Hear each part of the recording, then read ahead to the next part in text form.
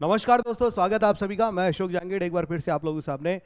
दोस्तों, आज का जो टॉपिक है, जैसा कि आप स्क्रीन पे देख पा रहे हैं, सब्जेक्ट वर्ब एग्रीमेंट, जिसको आप सिंटैक्स नाम से भी आप जानते हैं। इस टॉपिक को आज हम शुरू करने वाले हैं। दोस्तों, टॉपिक जो है थोड़ा सा लेंथी है। लेंथी होने के साथ साथ में इंटरेस्टिंग भी है, लेकिन बहुत सारे स्टूडेंट्स जो हैं इस टॉपिक को रटने की कोशिश करते हैं। उस कोशिश से आपको थोड़ा अलग तरीके से जाना है, आपको रटना नहीं है। आज हम इस टॉपिक को इस तरह से स्टार्ट करेंगे, इस तरह से हम इसको पढ़ेंगे कि आपको रटने की कभी ज़रूरत ही नहीं पड़ेगी। बहुत ही इसको सिंप्लीफाई करते हुए और बहुत ही सरल तरीके से मैं आपके सामने इसको लेकर के आ रहा हूँ। और आपको इसको एक बार पढ़ने की आवश्यकता है, पूरा मन लगा करके। उसके बाद में कभी भी आपको इस टॉपिक में पीछे मुड़ करके देखने की आवश्यकता नहीं पड़ेगी। तो चलिए, इधर उधर की बातें मैं ज़्यादा नहीं करूँगा, सीधे मैं टॉपिक पे आता हूँ। जैसा कि आप स्क्रीन पे देख पा रहे हैं, आज का जो टाइटल है वो हमने लिया है सिंटैक्स। सिंटैक्स के तहत हम क्या पढ़ने जा रहे हैं? सब्जेक्ट वर्ब एग्रीमेंट, हम इसको पढ़ने जा रहे हैं। लेकिन इसको शुरू करने से पहले आप ये जो सिंटैक्स शब्द है, इसको आप जरूर समझ लीजिए। सिंटैक्स का एक्चुअली में मतलब क्या होता है। यहां थोड़ा अलग स्लाइड पे चल लेते हैं, बारी बारी से शब्दों लेकर के। तो चलिए, मैं पहली स्लाइड ले लेता हूं यहां पे। और यहां पर हम बात कर रहे हैं किसकी? सिंटैक्स की। तो सिंटैक्स क्या होता है, पहले हम इसकी बात करेंगे। तो सिंटैक्स एक्चुअल में क्या है?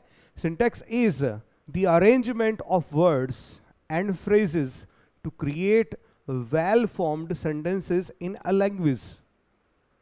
यानी शब्दों और वाक्यों का एक ऐसा अरेंजमेंट जो किसी भी भाषा में सार्थक वाक्यों का निर्माण करता है, वो सिंटैक्स कहलाता है। फिर से सुन लीजिए, शब्द यानी वर्ड्स और आपकी फ्रेजेस। तो आपके शब्दों और वाक्यांशों का अरेंजमेंट जो किसी भी भाषा में सार्थक शब्दों का क्या करता हो, सार्थक वाक्यों का क्या करता हो, निर्माण करता हो, सिंटैक्स कहलाता है। अर्थात सेंटेंस का जो स्ट्रक्चर है वही क्या होता है? सिंटैक्स होता है। तो बहुत ही सरल तरीके से इस चीज को अपन यहां लिख लेते हैं। वर्ड्स यानी शब्द, शब्दों, वर्ड्स एंड फ्रेजेस यानी शब्दों और वाक्यांशों को, ठीक है,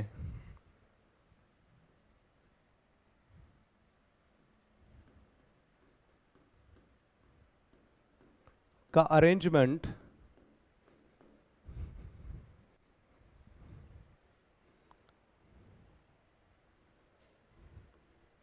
जो किसी भी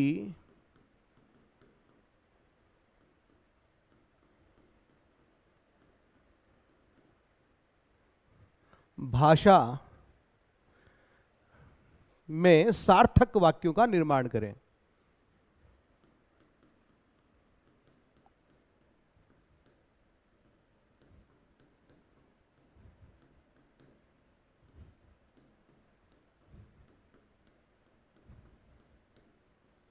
निर्माण करे।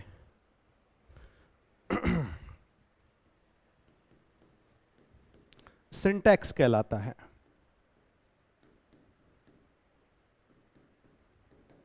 इसका मतलब ये हुआ कि वाक्य के अंदर जो आपके वर्ड्स हैं, फ्रेजेस हैं, उनको आप इस तरह से अरेंज करें कि उनसे एक मीनिंगफुल वेल फॉर्म्ड सेंटेंस जो है वो तैयार हो जाए। और ऐसा किससे संभव होता है? आपके सेंटेंस के स्ट्रक्चर से। तो सेंटेंस का स्ट्रक्चर जो है वही क्या कहलाता है? आपका सिंटैक्स कहलाता है। ठीक है। अर्थात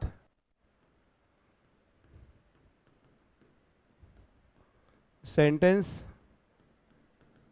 स्ट्रक्चर ही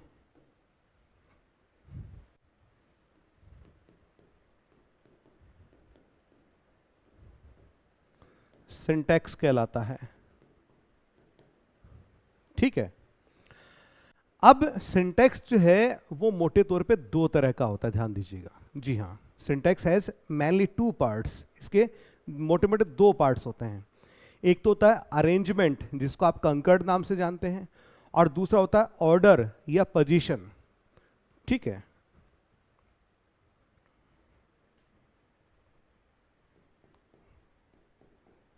सिंटैक्स के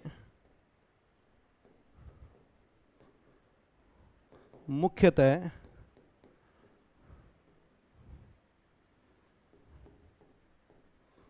दो पार्ट होते हैं।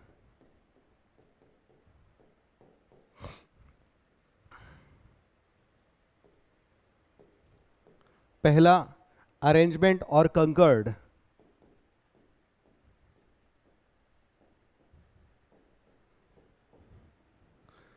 अरेंजमेंट कह सकते हैं आप इसको, इसको आप कंकर्ड भी आप इसको कह सकते हैं। ठीक है, अब ये अरेंजमेंट क्या है, कंकर्ड क्या है, बहुत कम शब्दों में यहाँ पे बता रहा हूँ, क्योंकि हमें इसी अरेंजमेंट और कंकर्ड के बारे में ही आगे विस्तार से बात करनी है, तो यहाँ पर थोड़े कम शब्दों में यहाँ पे बताऊंगा। तो अरेंजमेंट और कंकर्ड क्या है, तो कंकर्ड एक तरह का एग्रीमेंट है between words in number, case, gender, person और any other grammatical category which affects the forms of the words. सरल शब्दों में कहूं तो इसको आप यूं समझिए कि वाक्य में जो आप सब्जेक्ट और वर्ब का चयन करते हैं, थोड़ा सिंप्लीफाई करने की कोशिश कर रहा हूं इसको, तो जब आप वर्ब का चयन करते हैं तो किसके अनुसार करते हैं, सब्जेक्ट के अनुसार। अब सब्जेक्ट का जो नंबर है, पर्सन है, ठीक है, उसके अकॉर्डिंग आप क्या करेंगे, अपनी वर्ब का चयन करेंगे, और यही चीज क्या कहलाती है, एग्रीमेंट कहलाती है या कंकर्ड कहलाती है, जिसको आप सामंजस्य भी कहते हैं। ठीक है, जिसको आप रिलेशनशिप भी कहते हैं।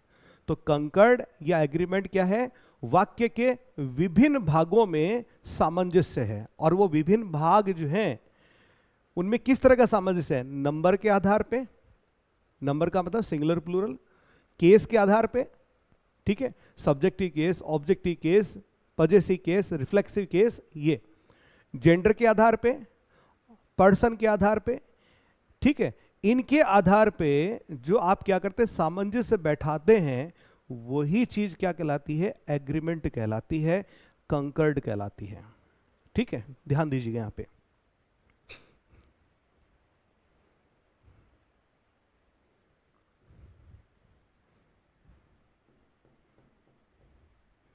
वाक्य के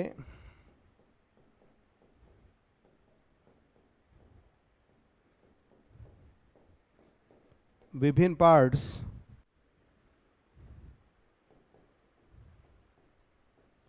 के मध्य सामंजस्य, ठीक है, किस आधार पे होगा, देखिएगा, नंबर,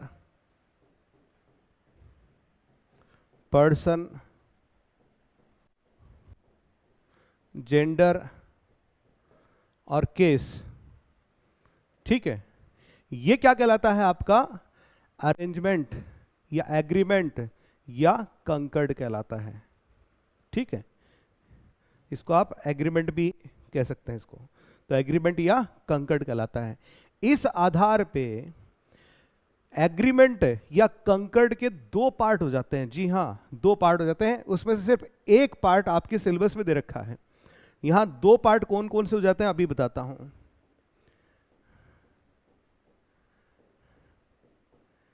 एग्रीमेंट, ये एग्रीमेंट देखिए कितने प्रकार का है।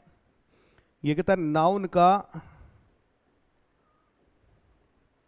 प्रोनाउन के साथ, सब्जेक्ट का वर्ब के साथ। आपके सिलेबस में सिर्फ ये दे रखा है, सब्जेक्ट वर्ब एग्रीमेंट या सब्जेक्ट वर्ब रिलेशनशिप या सब्जेक्ट वर्ब कंकर्ड।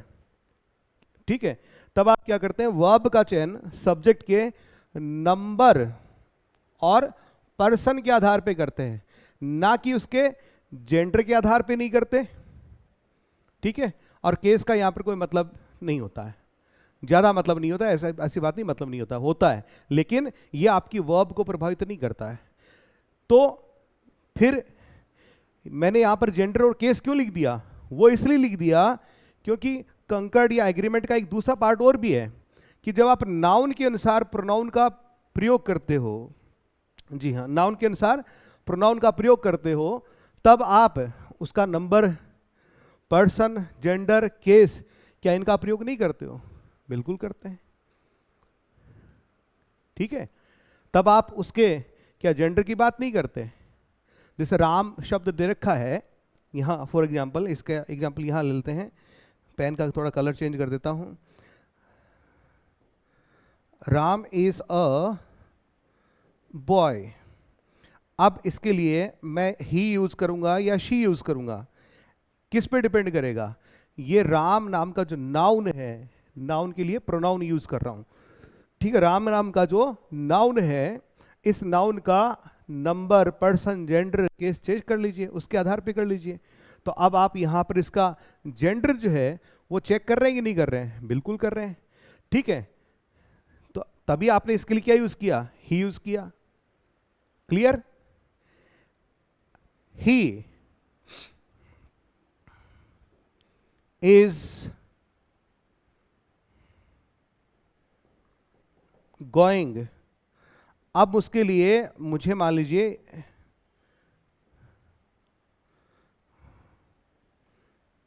एक वाक्य थोड़ा लिख देते हैं इसके लिए। He is enjoying. अब मैं इसके लिए यहां पर हिमसेल्फ शब्द को काम में ले रहा हूं, प्रोनाउन ही है। अब मैंने हिमसेल्फ ही काम में क्यों लिया?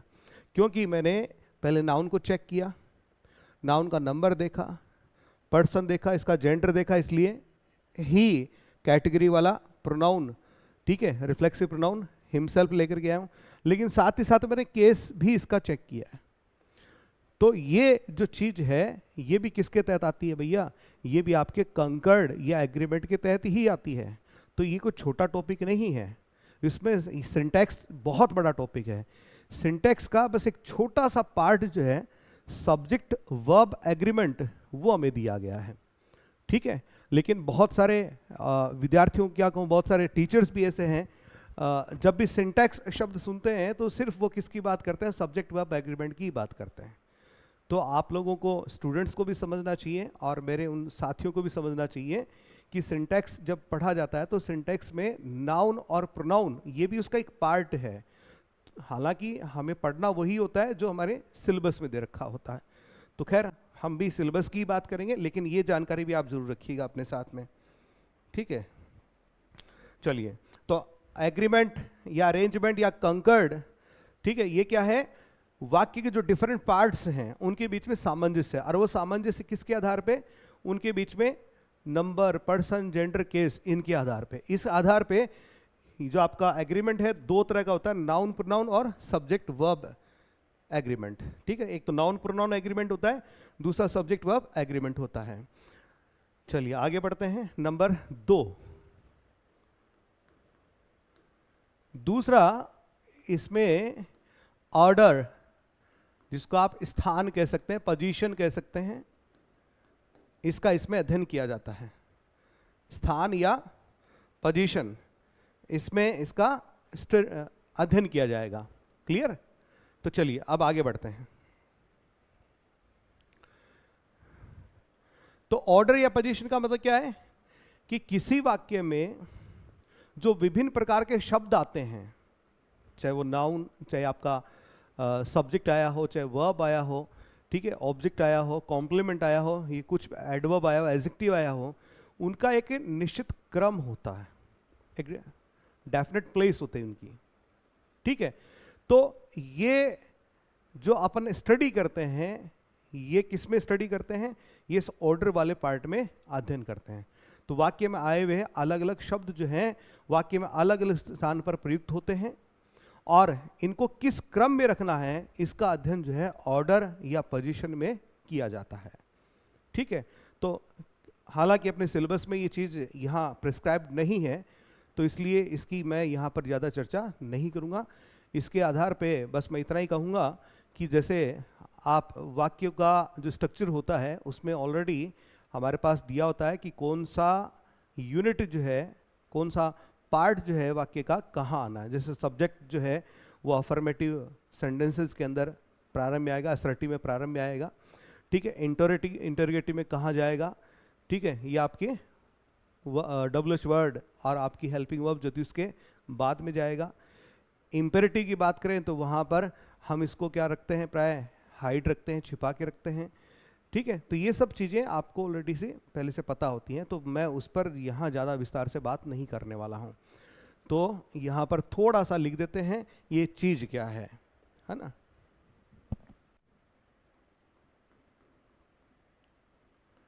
वाक्य में आए हुए अलग अलग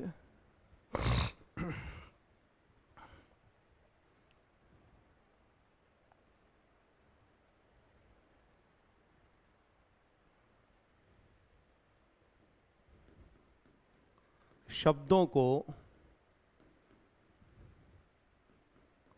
किस ऑर्डर या पोजीशन में रखना है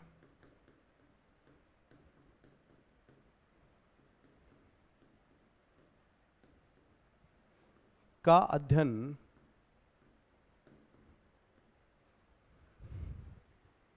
यहां होता है।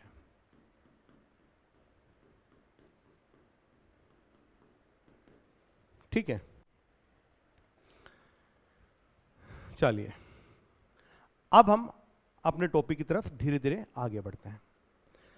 इन अ सेंटेंस, किसी वाक्य में सब्जेक्ट वर्ब एग्रीमेंट का मतलब क्या होता है।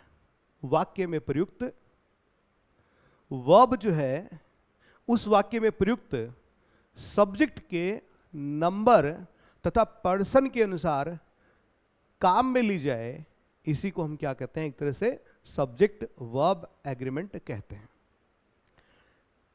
इस बात को मैं लिख देता हूं क्योंकि आपको थोड़ा सुनने में हो सकता है एक बार में याद नहीं हो, है ना, तो थोड़ा सा इसको लिख देता हूं।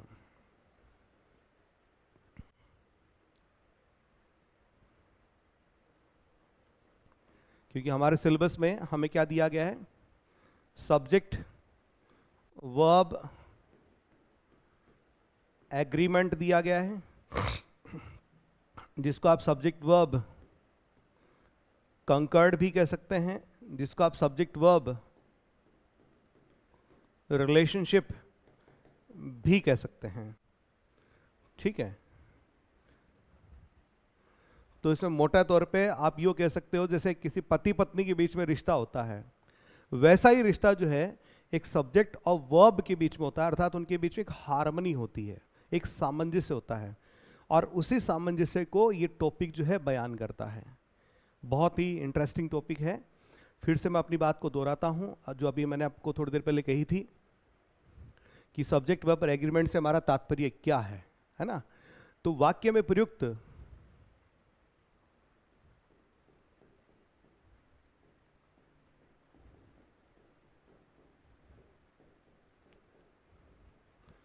वर्ब उस वाक्य में या उस वाक्य के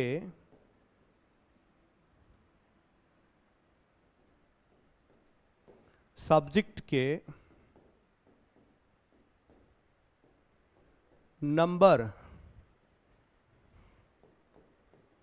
तथा पर्सन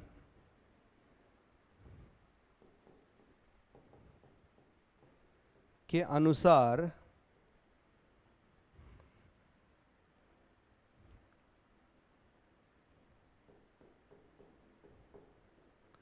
होनी चाहिए। यही चीज क्या है, सब्जेक्ट वर्ब एग्रीमेंट है। यानी वाक्य में जो आप वर्ब यूज करेंगे वो वर्ब जो है उस वाक्य के सब्जेक्ट के नंबर और पर्सन के अनुसार, जेंडर और केस को यहां नहीं लेना है, सिर्फ नंबर और पर्सन को। ठीक है, तो जेंडर और केस मैंने पीछे क्यों कहे तो आपको पता है, वो मैंने नाउन और प्रोनाउन कंकर्ड, ठीक है, वो भी इसी का पार्ट है, इसलिए मैंने वहां पर जेंडर और केस जैसे शब्दों को भी काम में लिया था। तो we can simply say that if a subject is singular, its verb must also be singular. If a subject is plural, its verb must also be plural. अर्थात हम यूं कह सकते हैं, यदि किसी वाक्य का जो सब्जेक्ट है वो सिंगुलर है तो फिर वर्ब भी कैसी होगी? सिंगुलर। और सब्जेक्ट यदि प्लूरल है तो वर्ब भी कैसी होगी? प्लूरल। और ये आप कैसे डिसाइड करेंगे? ये आप उस सेंटेंस में प्रयुक्त सब्जेक्ट के नंबर और पर्सन को चेक करके करेंगे। ज्यादातर आपका काम जो है नंबर से ही हो जाएगा। पर्सन की जरूरत आपको कब पड़ेगी? जब आप विल, शैल इनको काम में लेने की कोशिश करेंगे, तब जरूरत पड़ेगी। अदरवाइज इनकी कोई ज्यादा आवश्यकता आपको नहीं पड़ेगी। ठीक है, देखिए, अर्थात यदि सब्जेक्ट सिंगुलर है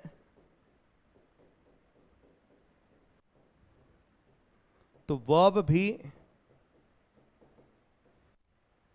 सिंगुलर होगी,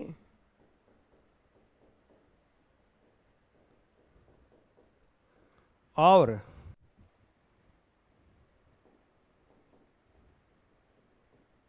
सब्जेक्ट प्लूरल है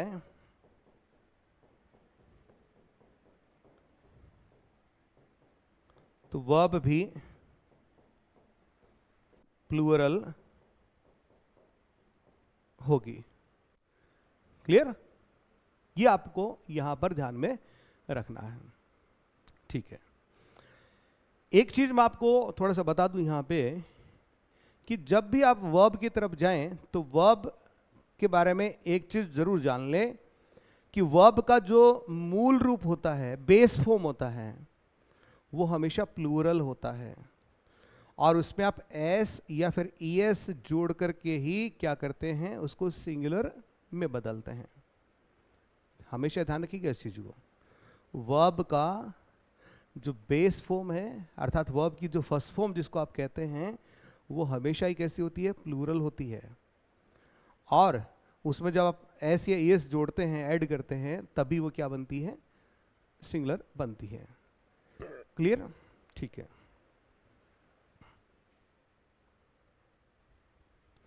अब यहां पर मैं भी रूल्स को स्टार्ट नहीं कर रहा हूं। आप सोच रहे हो अभी सर ने रूल्स स्टार्ट कर देना, नहीं, मैं आज आपको यहां पर इसका कंप्लीट इंट्रोडक्शन जो है देने वाला हूं। इस तरह से आपको इसको पढ़ना है कि दोबारा कभी पढ़ने की आपको आवश्यकता नहीं पड़े। इसको इतनी शिद्दत के साथ, इतने जुनून के साथ आपको उस टॉपिक को तैयार करना है। तो आगे मैं यहां पर लेने जा रहा हूं टाइप्स ऑफ एग्रीमेंट या टाइप्स ऑफ कंकर्ड। जी हाँ, सब्जेक्ट वर्ब एग्रीमेंट के अंदर हम कितने प्रकार के एग्रीमेंट पढ़ते हैं वो मैं यहां पर लेने जा रहा हूं। तो टाइप्स ऑफ एग्रीमेंट या कंकर्ड अगली हेडिंग है अपनी।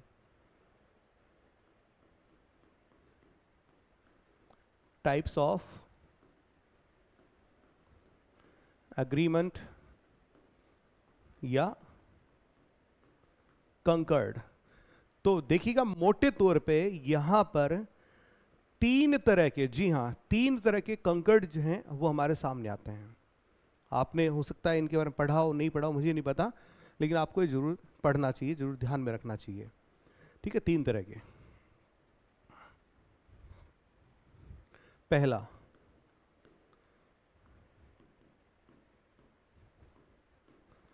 Formal conquered. फॉर्मल कंकर्ड क्या है? ये एक तरह का एग्रीमेंट है कि किसी भी शब्द का जो फॉर्म है, जी हां, फॉर्म, शब्द को आप आइडेंटिफाई करना सीखिएगा।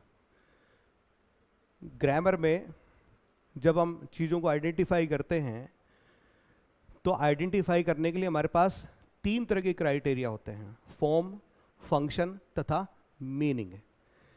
तो मैं यहां पर बात कर रहा हूं फॉर्म की, रूप की, अर्थात कोई चीज़ देखने में कैसी लगती है। ठीक है।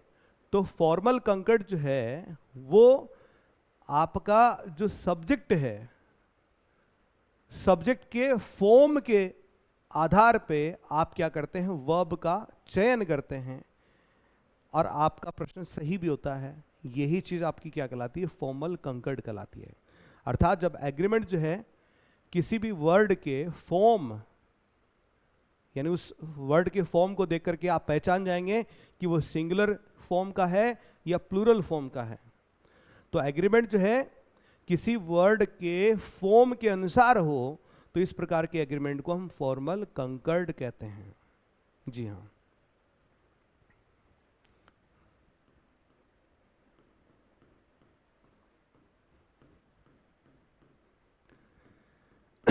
जब एग्रीमेंट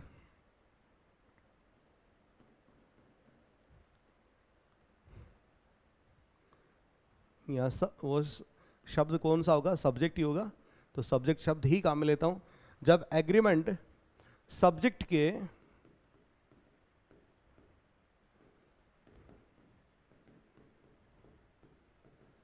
फॉर्म के अनुसार हो, तो वो क्या कहलाएगा, आपका फॉर्मल कंकर्ड कहलाएगा।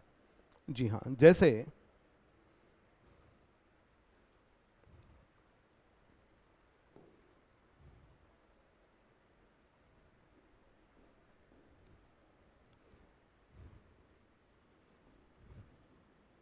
Ram is a boy, Ram एक लड़का है।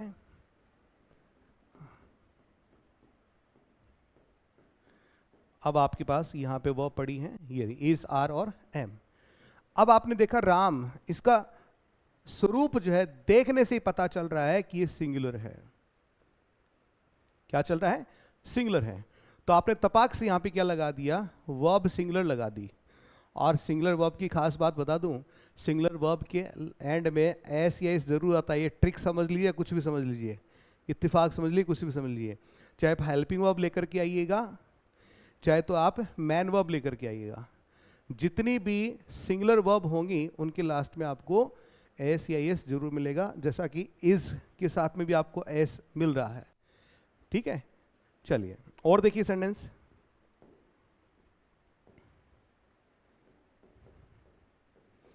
अ टीचर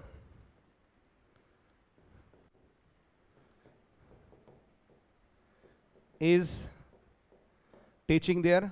अब आपने देखा अ टीचर, पहले आपने राम देखा था, फॉर्म कैसा है, सिंगुलर है। अ टीचर फॉर्म कैसा भैया, सिंगुलर, तो आपने क्या लगा दिया, इज लगा दिया। अगला देख लीजिए, टू टीचर्स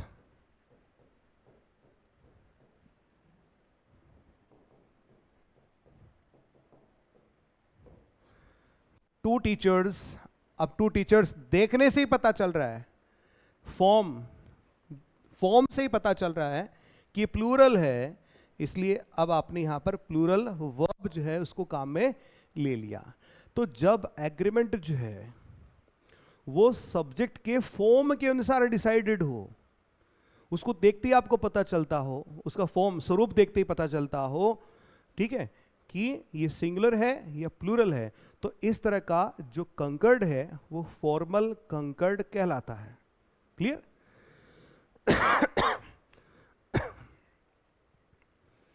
दूसरा जो कंकर्ड होता है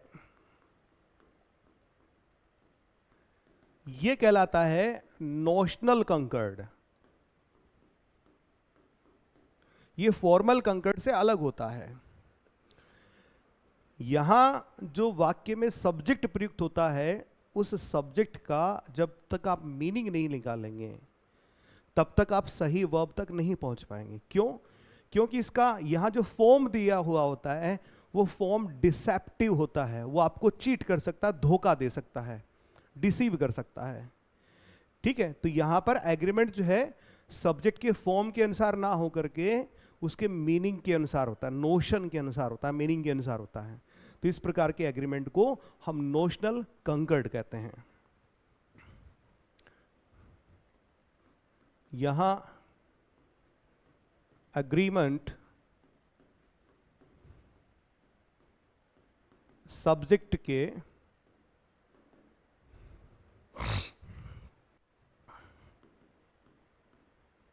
फॉर्म के अनुसार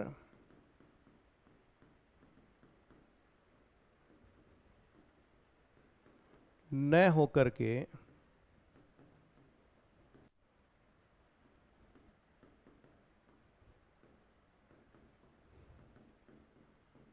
मीनिंग के अनुसार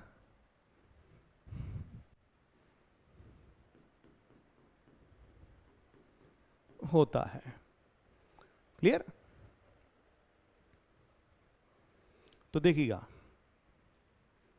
यहां पर मैं सब्जेक्ट के लिए कुछ शब्द लेऊंगा,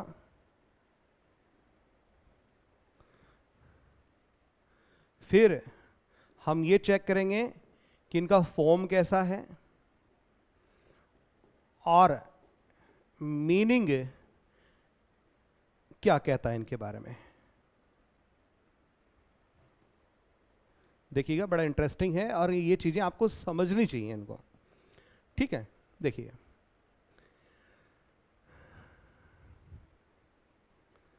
पहला शब्द जो मैं ले रहा हूं वो देखिएगा, मैंने एक शब्द लिया है पुलिस। जी हां, पुलिस। अब ये शब्द जो है दिखने से, फॉर्म के हिसाब से, ठीक है, दिखने में इसके रूप के हिसाब से, फॉर्म के हिसाब से सिंगुलर नजर आता है, लेकिन मीनिंग की दृष्टि से बात करें तो ये कैसा नजर आता है? ये प्लूरल नजर आता है। कैसा नजर आता है? प्लूरल नजर आता है। हिंदी में तो अपन कहते भी है ना, पुलिस आ गई, तो ऐसा लगता है जैसे कोई लड़की आ गई है एक अकेली, नहीं? तो वहां पर भी कैसा प्रतीत होता है? सिंगुलर प्रतीत होता है। लेकिन पुलिस का मतलब क्या है? पुलिस का मतलब एक से अधिक पुलिस वाले जो हैं उनसे इनका तात्पर्य होता है। ठीक है, तो यहां इस फॉर्म ने हमें क्या कर दिया? धोखा दे दिया। यदि आप फॉर्म के अनुसार जाकर के वर्ब क्या लगा दोगे? सिंगुलर लगा दोगे तो सेंटेंस गड़बड़ हो जाएगा। सेंटेंस यहां ले लेते हैं,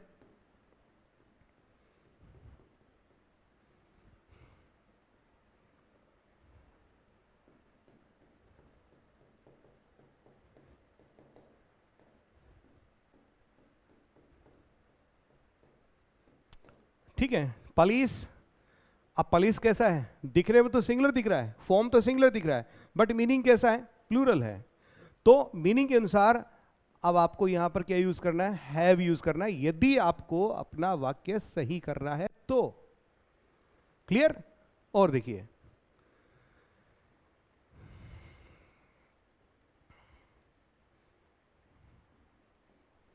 ये शब्द देखिए, न्यूज। दिखने में फॉर्म के अनुसार ये प्लूरल दिख रहा है। क्यों? क्योंकि न्यूज नाउन है, नाउन के अंत में ऐसे एस आता है तो वो प्लूरल कंसिडर होता है लगभग। तो उस कॉन्सेप्ट पे चलें तो न्यूज शब्द जो है दिखने में कैसा दिख रहा है भैया? प्लूरल। तो इसकी फॉर्म तो कैसी है? प्लूरल की है, लेकिन इसका मीनिंग एक्चुअल में किसका निकल रहा है? सिंगुलर का निकल रहा है। किसका निकल रहा है? सिंगुलर का। ठीक है, सेंटेंस देखिएगा,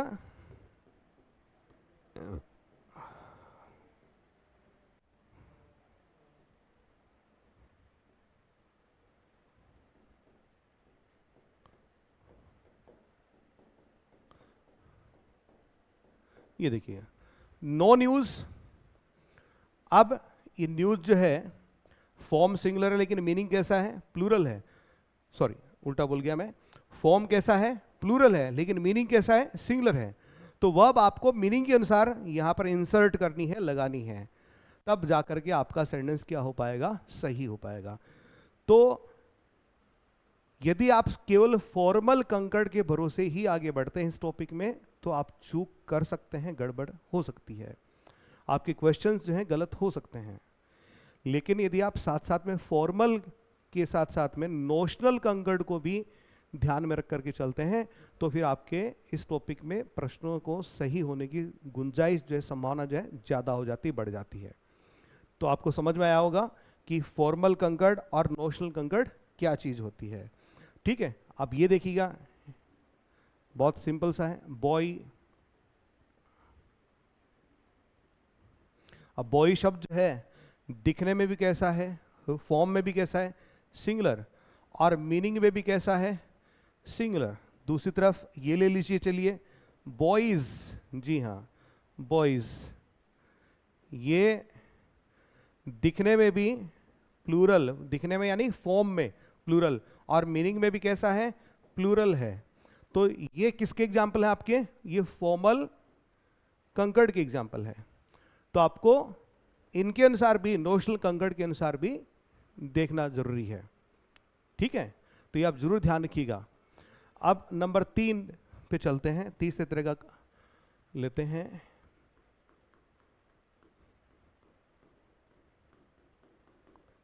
प्रॉक्सिमिटी कंकर्ड। प्रॉक्सिमिटी शब्द जो है,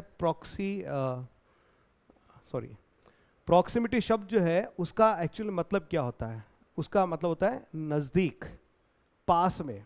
मोबाइल फ़ोन के अंदर आपके सेंसर भी आता है ना, जैसे आप मोबाइल फ़ोन, इसकी स्क्रीन जो है जब आप ऑन कर लेते हैं, ठीक है, और अपने ऐसे कान के पास लेकर के आते हैं, तो इसकी स्क्रीन जो है वो अपने आप ही क्या हो जाती है, ऑफ हो जाती है जब आप कॉलिंग करते हैं तब। क्यों? क्योंकि इस फ़ोन के अंदर एक सेंसर लगा होता है, और उस सेंसर को हम बोलते हैं प्रॉक्सिमिटी सेंसर, जी हाँ। तो अब ये ग्रामर में इसका क्या काम है, यहाँ सब्जेक्ट वर्ब एग्रीमेंट में इसका क्या काम है, तो वो थोड़ा सुन लीजिए, समझ लीजिए। यहाँ पर जो एग्रीमेंट है, जी हाँ, एग्रीमेंट जो है वो वर्ब के निकटतम शब्द, बिल्कुल जो प्रॉक्सिमिटी डिस्टेंस पे पड़ता हो, नजदीक, सबसे जो नजदीक आएगा वर्ब के, उसी सब्जेक्ट के अनुसार क्या लग जाएगी, वर्ब लग जाएगी। और यही चीज, यही एग्रीमेंट क्या कहलाता है, प्रॉक्सिमिटी एग्रीमेंट कहलाता है। अर्थात जब एग्रीमेंट जो है वो वर्ब के निकटतम सब्जेक्ट के अनुसार हो, जी हाँ, तो इस प्रकार के एग्रीमेंट को कंकर्ड ऑफ प्रॉक्सिमिटी कहा जाता है। जब एग्रीमेंट वर्ब के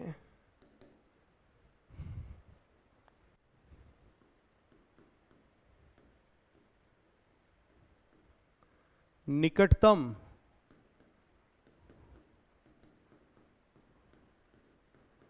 सब्जेक्ट के अनुसार हो, इसका मतलब ये हुआ कि सब्जेक्ट वहां पर और भी होंगे, बिल्कुल होंगे भैया, बिल्कुल ही होंगे, ठीक है। जैसे फॉर एग्जांपल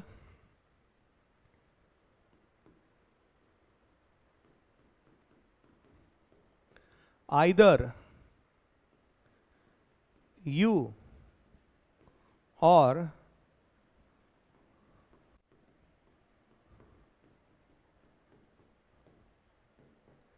ये लीजिए सेंटेंस पढ़िएगा, आइदर यू और आई, फिर ब्लैंक अ फूल। अब आपको वर्ब इंसर्ट करनी है, तो वर्ब देखिएगा सबसे निकटतम सब्जेक्ट कौन सा है, एक तो यहां पर ये रहा और ये रहा, यहां इस प्लेस पे आपको क्या लेकर के आनी है, वर्ब लेकर के आनी है। तो वर्ब के सबसे निकटतम कौन सा हो गया, आई हो गया, तो आई के अकॉर्डिंग आप क्या लगा देंगे, यहां पे एम लगा देंगे। और यदि आप इसी सेंटेंस को यो लिख दें, आइदर आई और यू अ फूल, तब आप यहां पर क्या यूज करेंगे वो भी देख लीजिए, ठीक है। यहां पर आप वर्ब इंसर्ट करने वाले हैं, ठीक है, ये भी सब्जेक्ट है, ये भी सब्जेक्ट है, तो सबसे निकटतम कौन सा हो गया, ये वाला हो गया, तो इसके अकॉर्डिंग आप क्या लगाएंगे, यू के साथ आप क्या लगाएंगे, आर लगाएंगे। तो ये आपने कैसे किया भाई, ये आपने जो प्रॉक्सिमिटी कंकर्ड है उसके अनुसार किया। प्रॉक्सिमिटी कंकर्ड कहता क्या है, प्रॉक्सिमिटी कंकर्ड ये कहता है कि जब एग्रीमेंट जो है वर्ब के निकटतम सब्जेक्ट के अनुसार हो, जैसा कि आपने यहां एग्जांपल्स में देखा है, तब वो क्या कहलाता है, आपका प्रॉक्सिमिटी कंकर्ड कहलाता है। तो इस तरह से कुल मिलाकर के 3 तरह के कंकर्ड जो है वो होते हैं। पहला फॉर्मल कंकर्ड, दूसरा नोशनल कंकर्ड, और तीसरा होता है प्रॉक्सिमिटी कंकर्ड, ठीक है। अब यहां जो अपन ने इतनी सारी बातें करी हैं सब्जेक्ट वर्ब एग्रीमेंट में, तो एक बात आप जरूर ध्यान कर लीजिएगा कि सब्जेक्ट वर्ब एग्रीमेंट जो है इस टॉपिक पर अच्छे से कमांड हासिल करने के लिए आपको सब्जेक्ट का ज्ञान जो है वो होना बहुत ही आवश्यक हो जाता है। क्यों? क्योंकि 3 तरह के कंकर्ड मैंने आपको बताए हैं, फॉर्मल, नोशनल और प्रॉक्सिमिटी। तो मुझे लगता है कि फॉर्मल कंकर्ड में आप कहीं मात नहीं खा सकते, कि काफी इजी होता है, देखने से पता चलता है, ये फॉर्म को देखने से पता चल जाता है, फॉर्म डिसाइड कर देती है whether the subject is singular और नॉट। ठीक है। दूसरी तरफ अब आपको डिसीव कौन कर सकता है? आपको नोशनल कंकर्ड डिसीव कर सकता है, और कुछ हद तक आपको प्रॉक्सिमिटी जो कंकर्ड है वो भी क्या कर सकता है? डिसीव कर सकता है। इन सब में सबसे इंपॉर्टेंट चीज जो है जो आपकी जानने के लिए है वो क्या है? सब्जेक्ट। क्योंकि सब्जेक्ट के अकॉर्डिंग ही आपको क्या करना होता है? वर्ब का चयन करना होता है। तो बिना सब्जेक्ट को जाने एक उचित वर्ब का प्रयोग कर पाना बहुत ही मुश्किल काम हो जाता है। इसलिए हम थोड़ा सा यहां पर सब्जेक्ट के बारे में भी जरूर बात करेंगे। क्लियर? तो अगली स्लाइड पे मैं आपको लेके चलता हूं, और जहां पर हम बात करने वाले हैं किसकी? सब्जेक्ट की। What is a subject? कि सब्जेक्ट क्या है? तो यदि आप इसको औपचारिक तौर पे पूछें कि सब्जेक्ट क्या है, तो हम कह सकते हैं a subject is a part of a sentence that contains the person और thing performing the action in a sentence. अर्थात किसी वाक्य में वो कोई व्यक्ति या वो कोई वस्तु जिसके द्वारा किसी एक्शन को परफॉर्म किया जा रहा है, वो क्या कहलाता है? वो आपका सब्जेक्ट कहलाता है। या जिसके द्वारा किसी स्टेट को बताया जा रहा है, किसी एक्शन को बताया जा रहा है, ठीक है, कंडीशन को बताया जा रहा है, वो क्या कहलाएगा? सब्जेक्ट कहलाएगा। ठीक है। तो यहां पर कोई लंबा चौड़ा डिस्कशन करने की आवश्यकता नहीं है कि अब मैं देखो ये सब्जेक्ट होता है, आप सबको पता है इसके बारे में, है ना? जैसे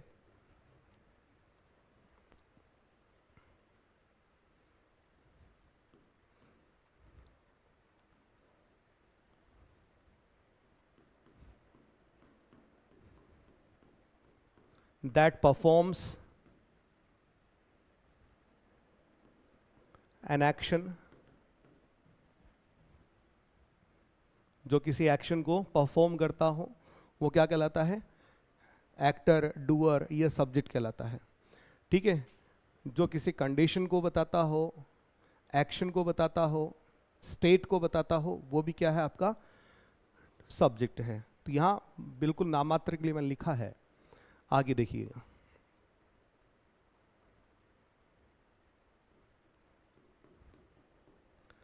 प्रिया वॉक्ड इन द स्ट्रीट। तो अब आपको पता है यहां पे प्रिया क्या है? सब्जेक्ट है ना?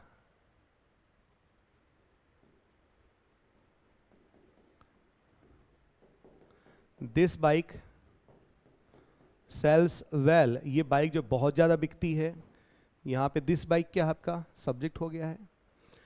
तो इस तरह से देखा जाए तो सब्जेक्ट जो है वो मोटे तौर पे हम इसको 2 भागों में बांट सकते हैं। एक तो जिसको हम कहेंगे सिंपल सब्जेक्ट, और दूसरा होता है आपका कंपाउंड सब्जेक्ट। ठीक है। मोटे तौर पे सब्जेक्ट को हम 2 भागों में बांट सकते हैं, सिंपल एंड कंपाउंड। यहां ले लेते हैं types of subject. Simple,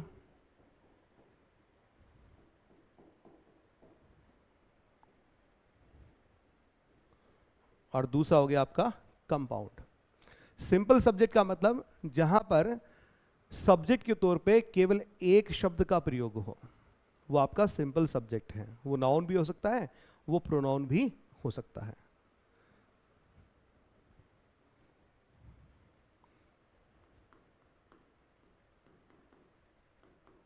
simple subject contains a single word, इसमें मात्र एक अकेला शब्द होता है, सिंगल वर्ड होता है। For example,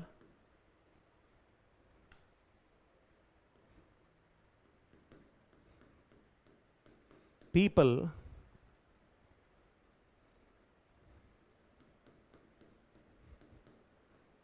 speak English, single word है, सिंपल है।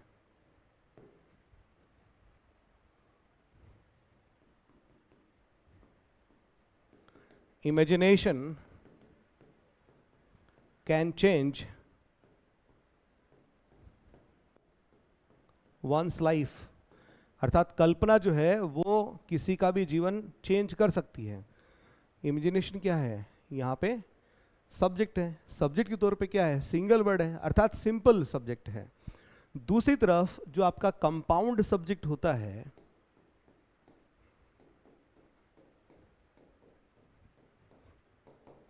ठीक है, इसमें more than one word include होता है। जी हाँ, मोर देन वन वर्ड इसमें आपके इंक्लूड होंगे। जैसे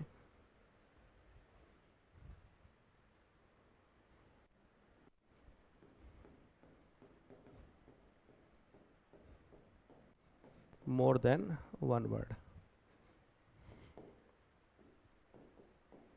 a fool and his money are easily parted. A fool and his money. अब ये देखिए यहाँ पे a fool and his money more than one words हैं, तो अब आपका ये क्या हो गया, कंपाउंड सब्जेक्ट हो गया। ठीक है, तो इसमें हमें ज़्यादा कोई झांक करके देखने की आवश्यकता नहीं है, मोटे तौर पे ध्यान रखिए। हालांकि इस तरह कोई प्रश्न भी नहीं आता है, लेकिन फिर भी आपकी जानकारी के लिए आपको पता होना चाहिए। अब जो अगली चीज आपको ध्यान में रखनी चाहिए वो है position of a subject in a sentence, अर्थात किसी वाक्य में सब्जेक्ट कहाँ आता है, क्योंकि ये भी कई बार आपको वर्ब के चयन में आपको परेशान कर सकता है, इसलिए ये चीज भी आप जरूर ध्यान रखिएगा। पोजीशन ऑफ ए सब्जेक्ट, इसके बाद में अगली चीज जो अपन देखेंगे, position of a subject in a sentence, अर्थात किसी वाक्य में सब्जेक्ट का स्थान कहाँ होता है, कहाँ पाया जाता है।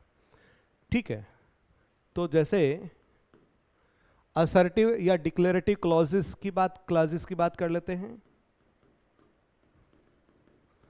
असर्टिव कह लीजिए आप इनको, या इनको डिक्लेरेटिव्स भी आप कह सकते हैं, डिक्लेरेटिव क्लॉजेस। ठीक है, यहां पर वाक्य जो है वर्ब से पहले मिलता है, यहां पर सब्जेक्ट जो है कहां मिलता है, वर्ब से पहले मिलता है। The subject comes before the verb, subject comes before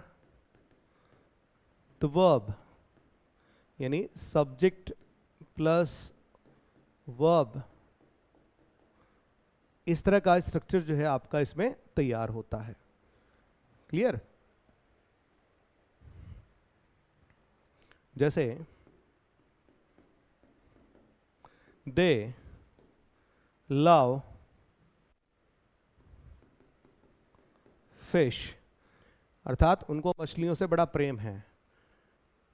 they love fish, इसका मतलब ये नहीं कि उनको मछलियां बड़ी बहुत सुंदर दिखती हैं और वो उसकी ब्यूटी की प्रशंसा करते हैं, अरे भैया खाने में अच्छी लगती है। दे लव फिश, इसका मतलब ये हुआ। क्लियर है? यहाँ पे लव ये क्या है, वर्ब है, और इससे पहले आपका ये सब्जेक्ट आ गया है। और देख लीजिए, आई डोंट लव फिश, मुझे मछलियों से भैया इस तरह का प्रेम नहीं है। अब ये डोंट, ये क्या आपकी वर्ब है, और इस वर्ब से पहले क्या आ गया, सब्जेक्ट आ गया। तो आपके असर्टिव या डिक्लेरेटिव क्लॉजेस के अंदर सब्जेक्ट कहाँ आता है, ये वर्ब से पहले आता है, ये बिल्कुल ध्यान रखिएगा। फिर आगे देखें, बी, इंटरोगेटिव क्लॉजेस, अर्थात आपके जो प्रश्नवाचक वाक्य होते हैं वहां पर आप कहाँ यूज करते हैं इसको, तो वहां पर आप सहायक क्रिया के बाद और मुख्य क्रिया जो होती है उससे पहले प्रयोग करते हैं। ठीक है जी हाँ।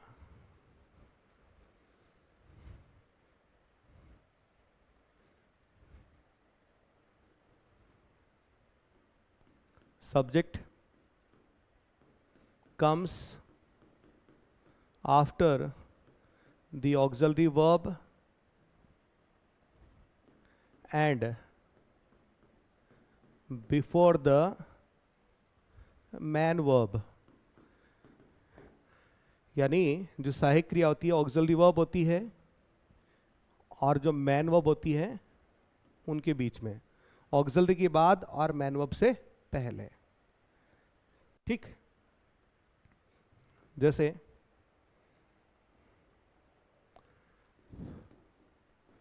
Has John been to house before, क्या जॉन कभी पहले घर गया था।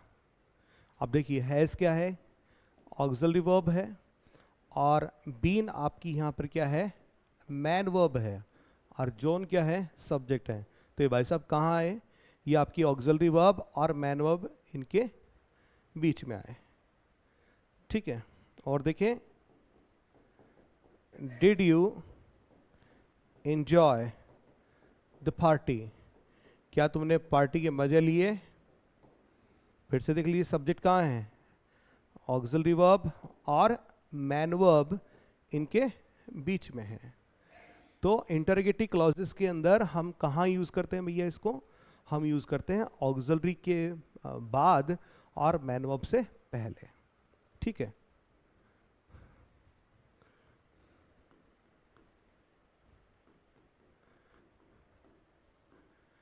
एक्सक्लेमेटरी क्लॉजेस में कहाँ यूज करते हैं, यहां पर सब्जेक्ट जो है हाउ या व्हाट के बाद और वर्ब से पहले आता है। जी हाँ, हाउ और व्हाट इनके तो बाद में होगा और जो वर्ब होगी उससे पहले होगा।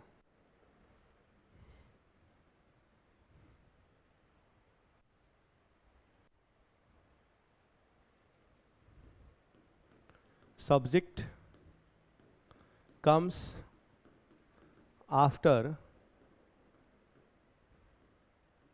how and what,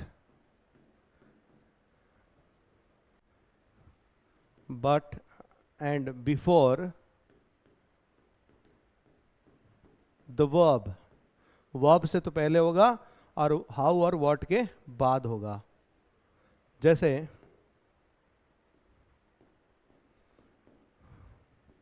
what a shot it is, ये देखिएगा what के बाद में है। ठीक है, what a shot,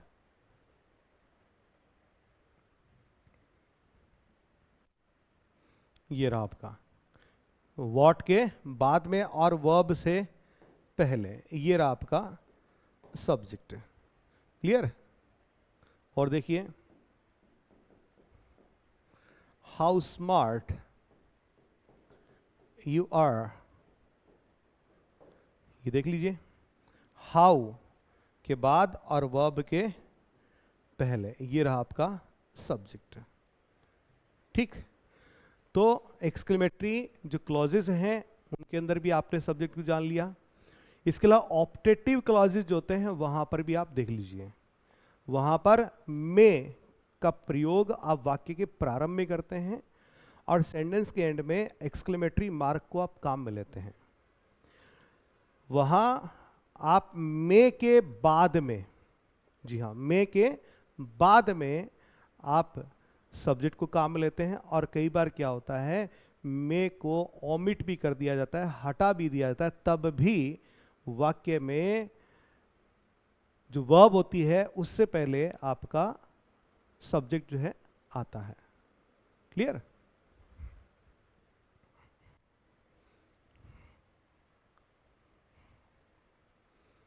D,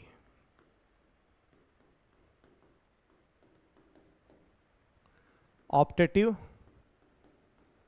clauses. ठीक है,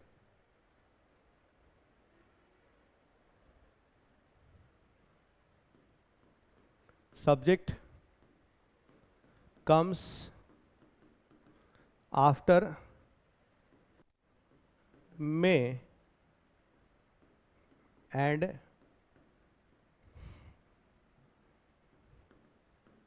before the verb.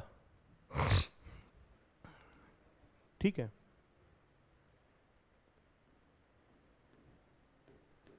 Sometimes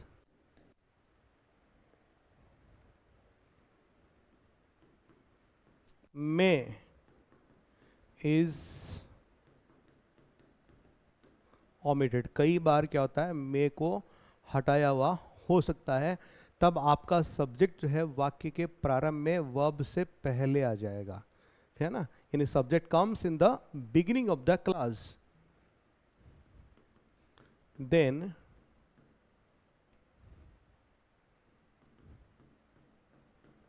the subject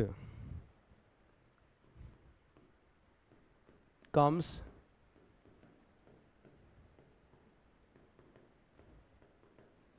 in the beginning of the class।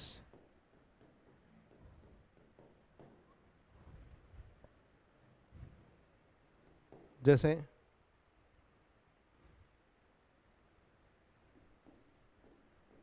may God save the king, अर्थात भगवान हमारे राजा को बचाए। यहाँ पर गॉड जो कि सब्जेक्ट है, मे और वर्ब जो कि सेव है इससे पहले प्रयुक्त हुआ है। मैं क्या कह रहा हूं कि मे का प्रयोग कई बार नहीं भी होता है, तब आपका जो सब्जेक्ट है वो वाक्य के प्रारंभ में आ जाएगा। जैसे मुझे कहना हो मे गॉड ब्लेस यू, तो मैंने मे को यूज नहीं किया, तो मैं क्या बोलूंगा, गॉड ब्लेस यू। ये लीजिए, गॉड ब्लेस यू। अब यहां पर मे के नहीं होने पर गॉड जो कि सब्जेक्ट है वो इस क्लास के बिगिनिंग में आ गया है ना। ये आप ध्यान रखना आपको। अब हम बात करते हैं इंपेरेटिव क्लॉज की। इसके बाद में इंपेरेटिव क्लॉज आपको पता ही है, ये वो सेंटेंसेस होते हैं जिनका सब्जेक्ट यू होता है, लेकिन इसको हाइड रखा जाता है, छिपा करके रखा जाता है। ठीक है, इसलिए जो इंपेरेटिव क्लॉज होते हैं उनका, यदि आपका इंपेरेटिव क्लॉज अफर्मेटिव है तब तो वो आपका शुरू होगा किससे, वर्ब की फर्स्ट फॉर्म से, और यदि वो नेगेटिव है तो फिर वो स्टार्ट होगा डोंट से। क्लियर? ये आपको पता होना चाहिए।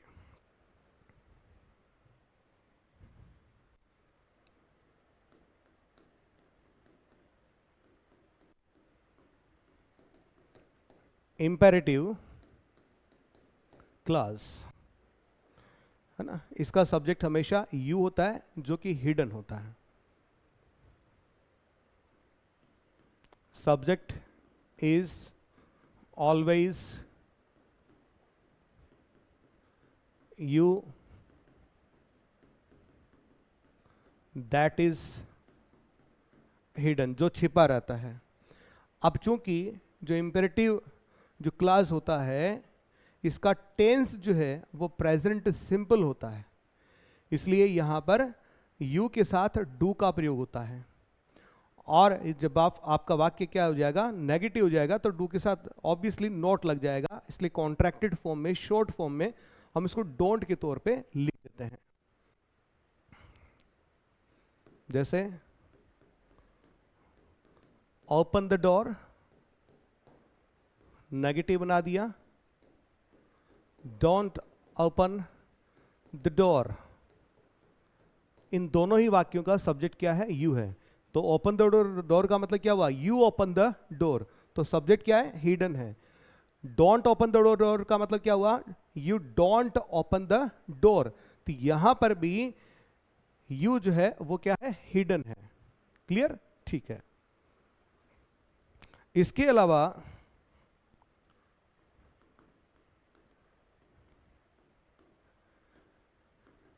कुछ डमी सब्जेक्ट भी होते हैं, इनको भी आपको जानना चाहिए।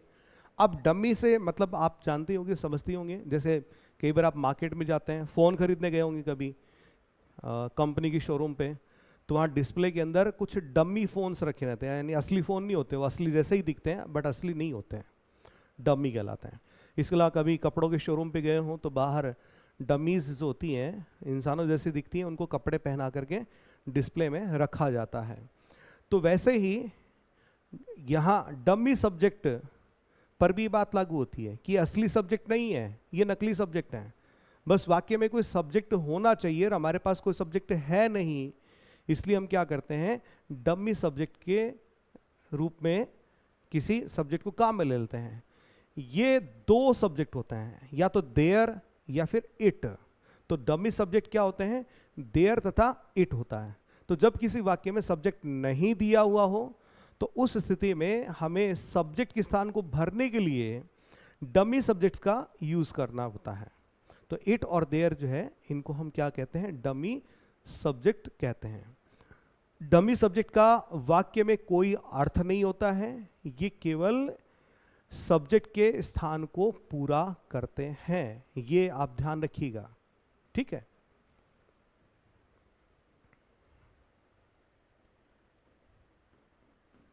जब वाक्य में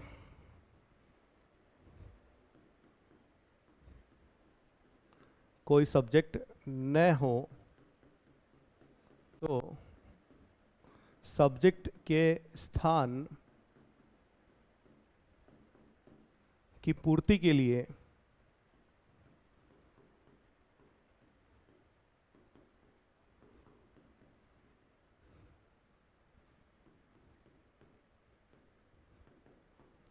डमी सब्जेक्ट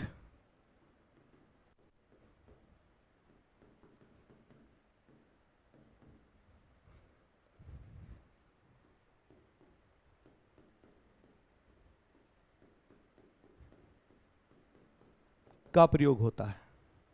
ठीक है, ध्यान रखिएगा। तो वाक्य में इनका कोई मीनिंग नहीं होता है, कहीं आप इनका मीनिंग जनरेट करने लग जाएं, ऐसा कुछ नहीं है। ठीक है। तो अभी आपने जाना कि किसी वाक्य के अंदर सब्जेक्ट की पोजीशन कहाँ कहाँ हो सकती है। असर्टिव, जिनको आप डिक्लेरेटिव भी कहते हैं, इंटरोगेटिव, ऑप्टेटिव। ठीक है। इसके अलावा आपके अभी अपन देखे एक्सक्लेमेटरी, है ना, और अभी अपन ने इम्पेरेटिव भी देखे, और अभी आपने डमी सब्जेक्ट भी देखे। ये सारी चीज़ें आपने जान ली। अब ये चीज़ भी आप ज़रूर जान लीजिए कि what can be a subject of A clause, अर्थात किसी वाक्य के अंदर सब्जेक्ट के तौर पर क्या हो सकता है। जी हाँ, क्या हो सकता है, ये चीज़ जाननी बहुत इंपॉर्टेंट है। तो आगे यही चीज़ जानते हैं। व्हाट कैन बी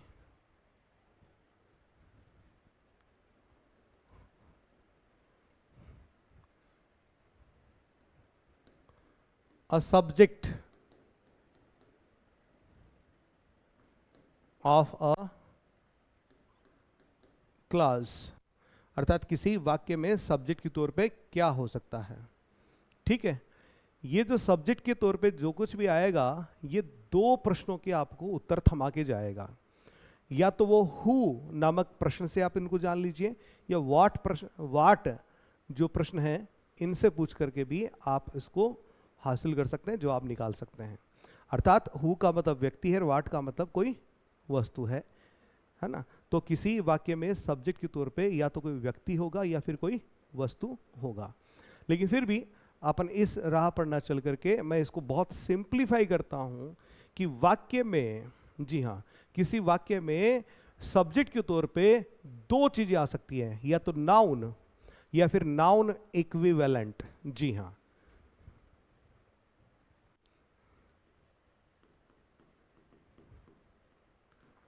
किसी वाक्य में सब्जेक्ट के स्थान पर नाउन या नाउन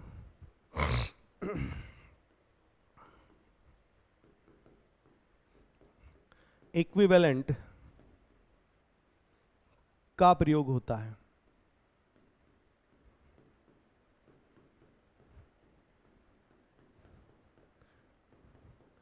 अब ये नाउन इक्विवेलेंट क्या है? अर्थात जो नाउन के स्थान पे आ सके। इक्वल से बना है, और इक्वल का मतलब क्या होता है? समान होता है। तो नाउन के जो इक्वल हो, है ना, जैसे प्रोनाउन हो सकता है, कोई इन्फिनिटी हो सकता है, कोई जीरंड हो सकता है, कोई क्लास हो सकता है, वो वाक्य में सब्जेक्ट का काम कर सकता है। तो जो नाउन इक्विवेलेंट है, noun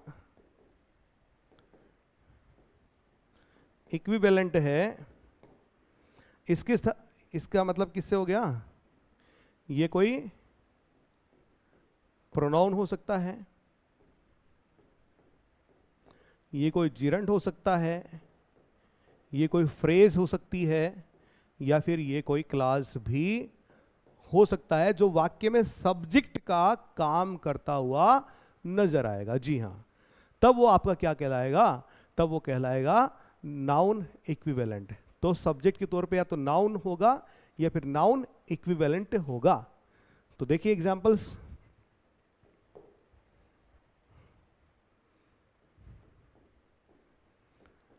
the doll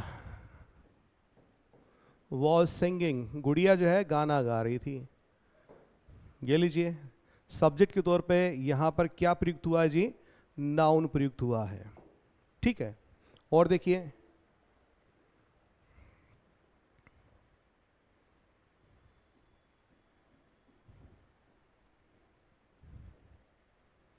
it was a costly doll, ये एक महंगी गुड़िया थी।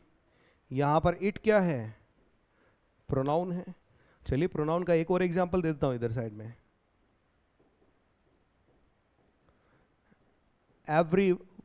Every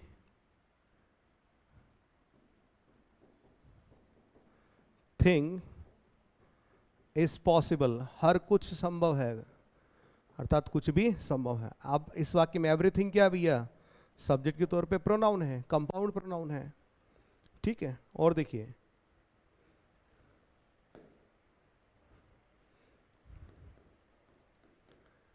swim is a good exercise, अर्थात तैरना जो है अच्छी एक्सरसाइज है। वाक्य का सब्जेक्ट क्या है? To swim. टू स्विम क्या है? टू इन्फिनेटिव, यानी एक फ्रेज हो गया। ठीक है, तो यहां पर टू इन्फिनेटिव जो है वो किसका काम कर रहा है? सब्जेक्ट का काम कर रहा है। इसी को मैं यूं लिख दूं,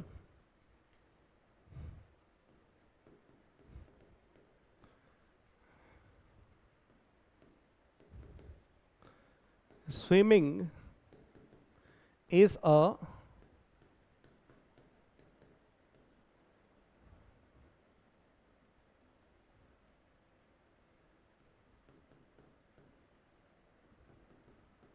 गुड एक्सरसाइज।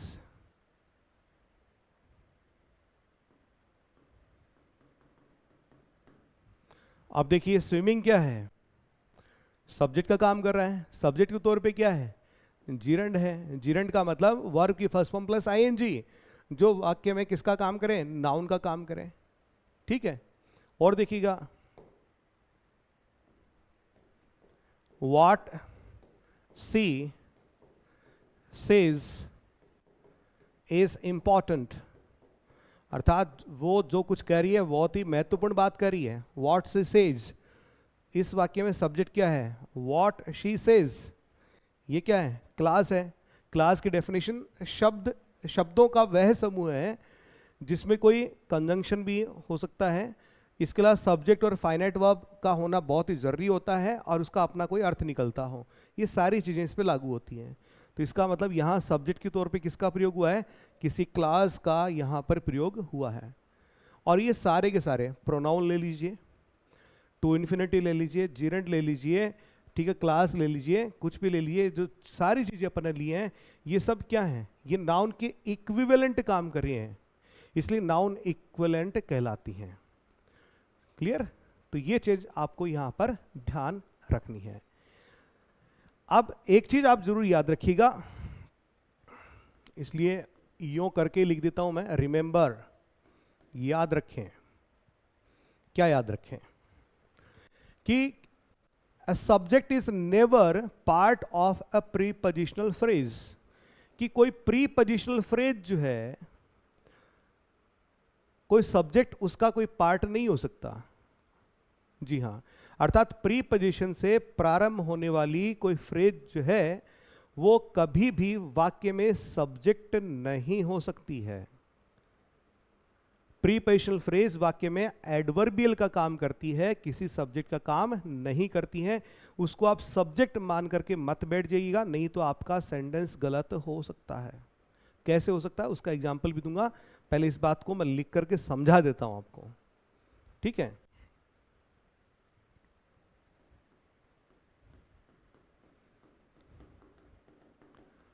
प्रेपोजिशन से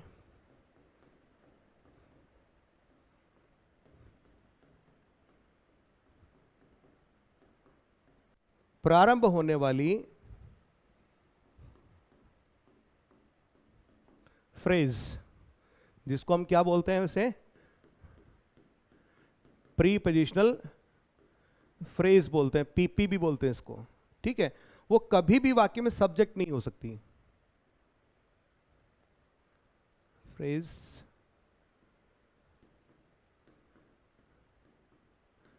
कभी भी सब्जेक्ट नहीं होती है, बल्कि यह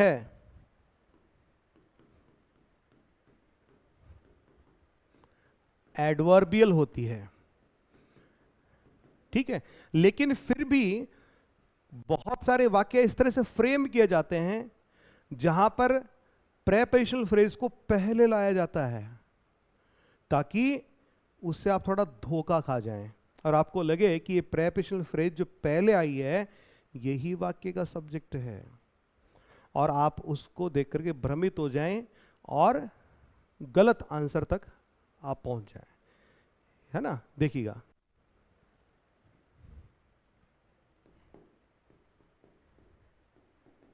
in the dirty bathtub she was bathing। अब देखिए ये जो पूरा वाक्य in the dirty bathtub, in क्या है? प्रेपोजिशन है। प्रेपोजिशन के बाद क्या आना चाहिए? नाउन। वो क्या है? The dirty bath tub. तो यहां से लेकर के यहां तक ये अपने आप में क्या है? एक प्रेपोजिशनल फ्रेज है। तो प्रेपोजिशनल फ्रेज जो है उसकी शुरुआत किससे होगी? किसी प्रेपोजिशन से होगी। उसके बाद में कोई नाउन होगा, उस नाउन के पास कोई एडजेक्टिव हो सकता है, जैसे डर्टी, ये शब्द डिटरमिनेंट हो सकता है ना। तो उसके बाद में नाउन होगा, और इन दोनों का मेल जोड़ जो है वो क्या कहलाएगा? प्रेपोजिशनल फ्रेज कहलाएगा। तो मैं ये कह रहा हूं कि प्रेपोजिशनल फ्रेज जो है वो कभी किसी वाक्य की क्या नहीं हो सकती? सब्जेक्ट नहीं हो सकती। क्लियर है? ठीक है।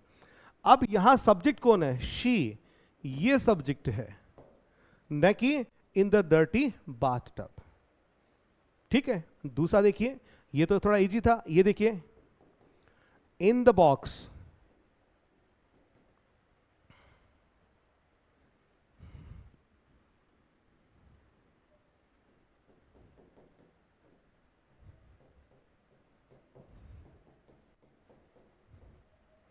ये लीजिए इस तरह का सवाल आ गया, इन द बॉक्स कि डिब्बे में ब्लैंक 6 बॉल्स, है ना। अब इन द बॉक्स क्या है, अब आपको लगे यार द बॉक्स तो सिंगुलर है, तो वर्ब क्या लगा दो, इज लगा दो तो गलत हो जाएगा। लेकिन इन द बॉक्स है क्या चीज, इन क्या है प्रेपोजिशन, ये क्या है नाउन, इसका मतलब ये क्या है प्रेपोजिशनल फ्रेज। ठीक है, तो इसका मतलब ये है इसका सब्जेक्ट 6 बॉल्स, ये क्या इसका रियल सब्जेक्ट है जो यहां पे आया है, इसलिए यहां पर वर्ब क्या लगेगी are, in the box are 6 balls. तो यहां पर भैया वर्ब जो है सब्जेक्ट को देख करके लगानी है, न कि किसी प्रेपोजिशनल फ्रेज को देख करके लगाएं। क्लियर, ये आप जरूर ध्यान रखिएगा। लेकिन किंतु परंतु एक चीज मैं और बता दूं आपको, लेकिन किंतु परंतु बाद में करूंगा, एक सेंटेंस अचानक से ध्यान में आ गया इसी से रिलेटेड, वो ही कर देता हूं आपको। यहां ले लेते हैं, on the top of the hills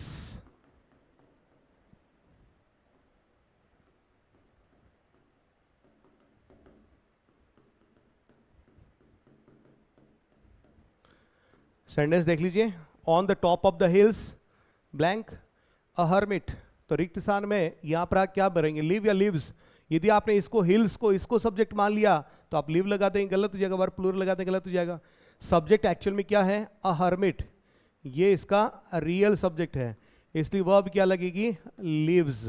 तो फिर ये क्या है, on preposition, on the top of the hills, ये क्या है, ये एक प्रेपोजिशनल फ्रेज है भैया, ये एक प्रेपोजिशनल फ्रेज है। ठीक है, अब चलिए वो उस बात पे आ जाता हूं। मैं ये कह रहा था कि एक ऐसी स्थिति हो सकती है जहां पर ये प्रीपोजिशनल फ्रेज जो है वो किसी शीर्षक का काम करे, जी हां शीर्षक का काम करे, तब उसको सब्जेक्ट कंसिडर किया जा सकता है। कैसे, फॉर एग्जाम्पल नोट डाल के लिख देता हूं इस चीज को, लेकिन प्रेपोजिशनल फ्रेज यदि टाइटल के रूप में प्रयुक्त हो तब यह सब्जेक्ट का कार्य कर सकता है।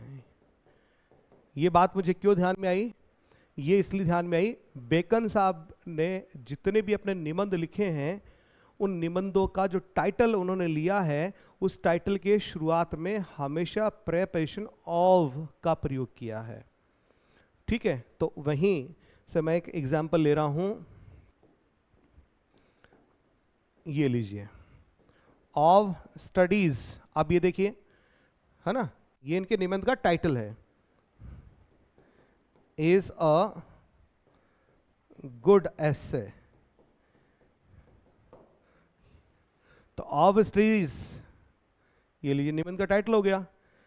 ठीक है, पीपी है लेकिन फिर भी किसका काम कर रहा है, सब्जेक्ट का काम कर रहा है। कब कर रहा है, जब कोई प्रीपोजिशनल फ्रेज जो है वो यहां पर काम में आ रही है, किसके तौर पे, किसी सब्जेक्ट किसी शीर्षक के तौर पे, तब आप यहां पर इसको काम में ले रहे हैं सब्जेक्ट के तौर पे, इसलिए।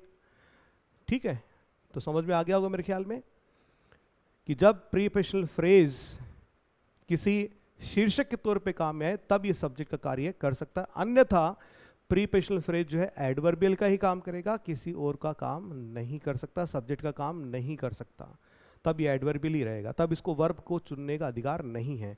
लेकिन चूंकि इसने सब्जेक्ट का काम कर लिया है, क्योंकि ये शीर्षक टाइटल है बेकन साहब के निबंध का, इसलिए यहां पर इन्होंने वर्ब का चयन भी कर लिया है। ठीक है, ओके, और देख लीजिए, याददाश्त में कुछ और बातें डाल लेते हैं। इसके अलावा यू की बात भी कर लेते हैं। यू जो है ये सिंगुलर भी होता है और प्लूरल भी होता है। यू जो प्रोनाउन है सेकंड पर्सन प्रोनाउन यू, यदि आप इसका प्रयोग एक व्यक्ति के लिए करते हैं तब ये सिंगुलर है, लेकिन एक से अधिक के लिए प्रयोग करें तब ये प्लूरल है। स्थिति कैसे भी हो, यू चाहे सिंगुलर के लिए प्रयुक्त हुआ हो, यू चाहे प्लूरल के लिए प्रयुक्त हुआ हो, इसके साथ में वर्ब हमेशा ही प्लूरल की ही ली जाती है, ये आप हमेशा ध्यान रखिएगा।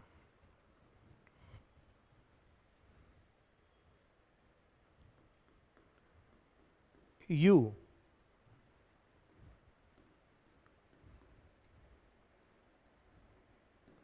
का प्रयोग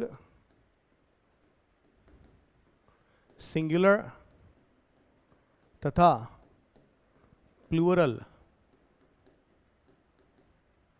दोनों सब्जेक्ट्स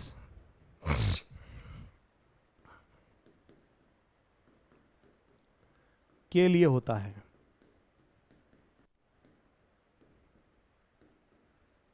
लेकिन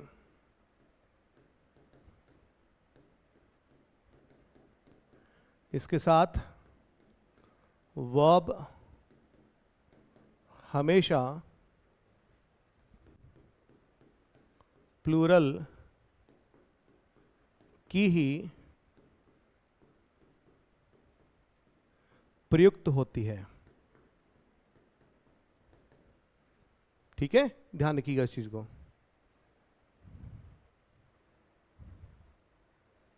जैसे you are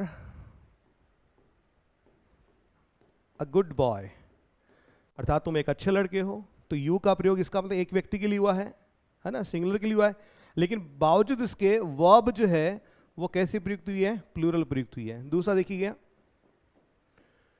you are good boys, तुम लोग अच्छे लड़के हो, तो यहां यू का प्रयोग जो है एक से अधिक के लिए अर्थात प्लूरल के लिए प्रयुक्त हुआ है, फिर भी यहां पर वर्ब कैसी प्रयुक्त हुई है, वर्ब प्लूरल ही प्रयुक्त हुई है। ये आप चीज जरूर ध्यान रखिएगा इस चीज को। ठीक है, ओके। इसके अलावा आई, इसका प्रयोग जो है वो भी आप जरूर जानिए कि मीनिंग वाइज देखा जाए, मीनिंग वाइज तो आई हमेशा सिंगुलर होता है। जी हाँ, मीनिंग वाइज कैसा होता है, सिंगुलर होता है, लेकिन इसके साथ में वर्ब जो है सिंगुलर भी प्रयुक्त होती है कभी, और कभी वर्ब प्लूरल भी प्रयुक्त होती है, तो इसके बारे में भी थोड़ा जान लीजिए। आई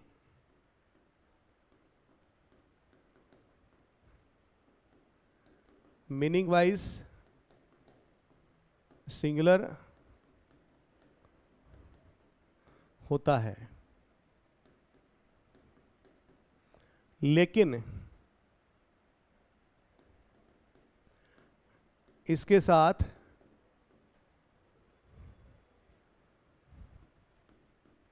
वर्ब सिंगुलर व प्लूरल दोनों ही लगती है। अब कब कब लगती है वो थोड़ा सा यहां दृष्टि डाल ही लेते हैं। जैसे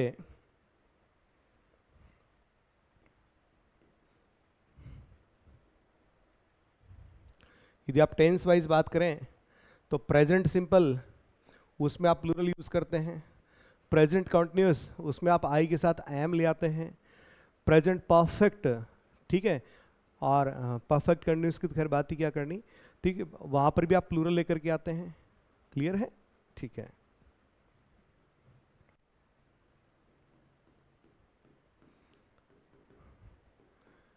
प्रेजेंट सिंपल में आई के साथ डू आप लेकर के आते हैं, जो कि क्या है, प्लूरल है ना।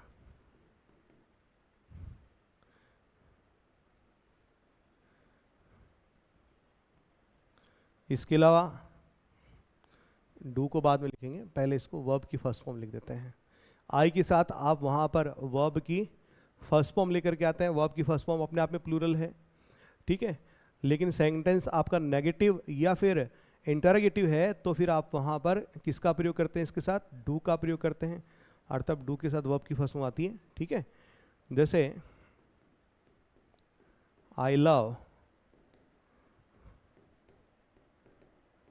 My country, I don't play, मैं नहीं खेलता। तो यहां पर लव भी प्लूरल है, डू भी क्या है, प्लूरल है। इसी तरह से प्रेजेंट कंटिन्यूअस की बात करें तो वहां पर आई के साथ एम का प्रयोग किया जाता है, ठीक है। आई एम अ स्टूडेंट, कि मैं एक छात्र हूं। परफेक्ट प्रेजेंट परफेक्ट की बात करें तो वहां पर आप हैव को काम में लेते हैं, ठीक है।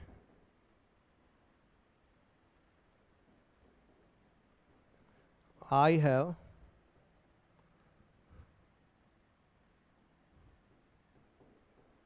सीन हर बिफोर, कि मैंने इसको पहले देखा है, आई के साथ हैव आ गया। इसी तरह से परफेक्ट कंटिन्यूस में आप हैव भी ले लेते हैं। लेकिन जब बात आती है आपकी पास्ट सिंपल की, तब तो वहाँ डिड होता है, ठीक है। तो डिड दोनों के लिए आता है, सिंगुलर के लिए भी प्लूरल के लिए, तो आई को भी वो प्रभावित नहीं करता। तो वहाँ पर पास्ट कंटिन्यूस जो है उस पर चल लेते हैं, वहाँ पर वॉज और वर होते हैं।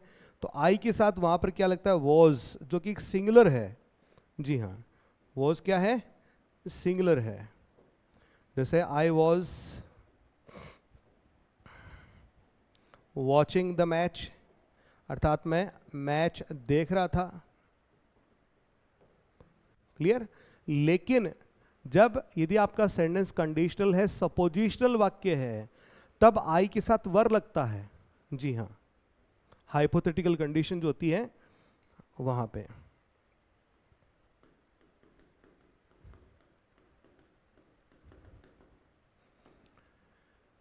जैसे if I were the prime minister of India, यदि मैं भारत का प्रधानमंत्री होता। इस तरह के वाक्य आपने पढ़े ही होंगे, है ना। तो ये आपको आई के बारे में आपको ध्यान में रखना है। तो दोस्तों, आज का जो वीडियो रहा, इस वीडियो के अंदर मैंने एक भूमिका आप लोगों के लिए तैयार करी है, ये समझाने की कोशिश करी कि एक्चुअल में टॉपिक है क्या, और इस टॉपिक की कुछ प्री रिक्विसाइट्स क्या हैं, अर्थात इसको टॉपिक को पढ़ने से पहले इसकी कुछ पूर्व जरूरतें क्या हैं जिनको आपको पहले जानना चाहिए। तो वो सारी चीज़ें मैंने सिलसिलेवार तरीके से यहाँ पर आपको बताई हैं। उम्मीद करता हूँ आप लोगों को ये समझ में आया होगा और अच्छा भी लगा होगा। अब अगले वीडियो से हम क्या करेंगे, जो इसके रूल्स हैं उनको अपन समझ के इनको सीखेंगे। तो चलिए अगले वीडियो में आप लोगों से फिर से मुलाकात करता हूँ। तब तक के लिए आप मुझे इजाज़त दीजिए।